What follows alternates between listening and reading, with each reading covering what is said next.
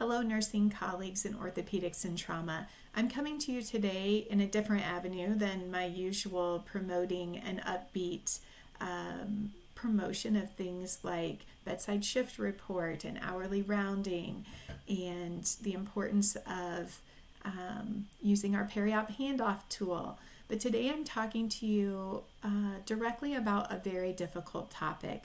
I recently viewed a video called Chasing Zero.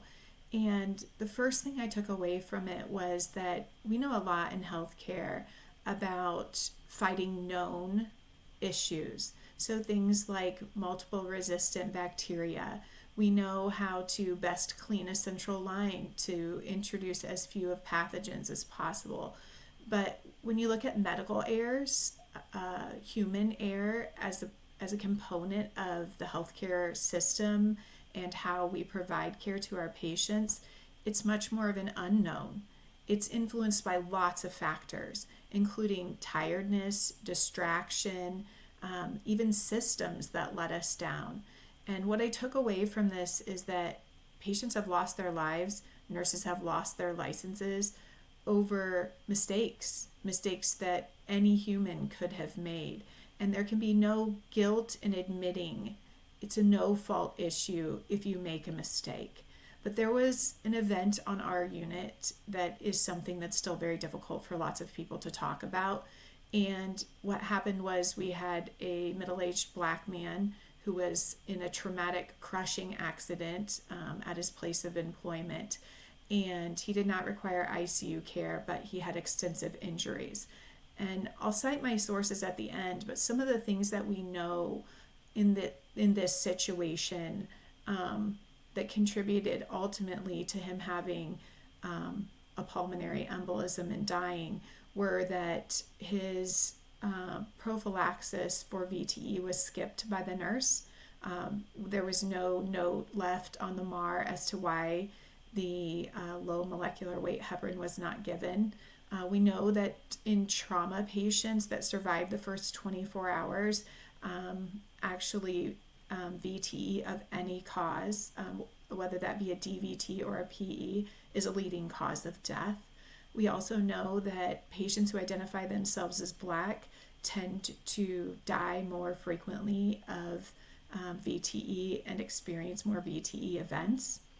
We know that pulmonary embolism can happen in trauma patients outside of a VTE. Some of the factors that contribute to that are the endothelial injury, immobilization of a limb, how much the blood is clotting. And unfortunately, this patient had a culmination of unfortunate events that led to his death. He ended up having a PE, he went into cardiac arrest, and we couldn't save him. And unfortunately, this is such a heavy burden on the nurses that cared for him. It's the reason that nurses leave nursing, and it's a preventable death. And one of the things I'm proposing is that we could take from this adding something like a dual check. So if a patient refuses or a nurse chooses to hold the chemical prophylaxis that the evidence says has to be given on time. It's twice a day, every day. We cannot skip doses. Even in patients with traumatic brain injuries, there could be a dual sign-off for that. So education can be provided to the patient that says, hey patient, 60% of folks with traumatic injuries will end up with some sort of clot if we don't administer this medication as required. Bringing in a second nurse to provide education, a second nurse to sign off on why the chemical prophylaxis was skipped.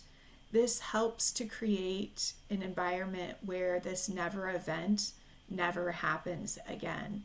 And I think we can do better, as we have in many aspects of nursing, but in this situation, having a dual sign-off would help us chase zero, because we know these patients are high risk for DVTs and PEs. And on our very own unit, many still suffer the effects of this particular death. So I'm asking you to get on board so that we can make it better. We can chase zero.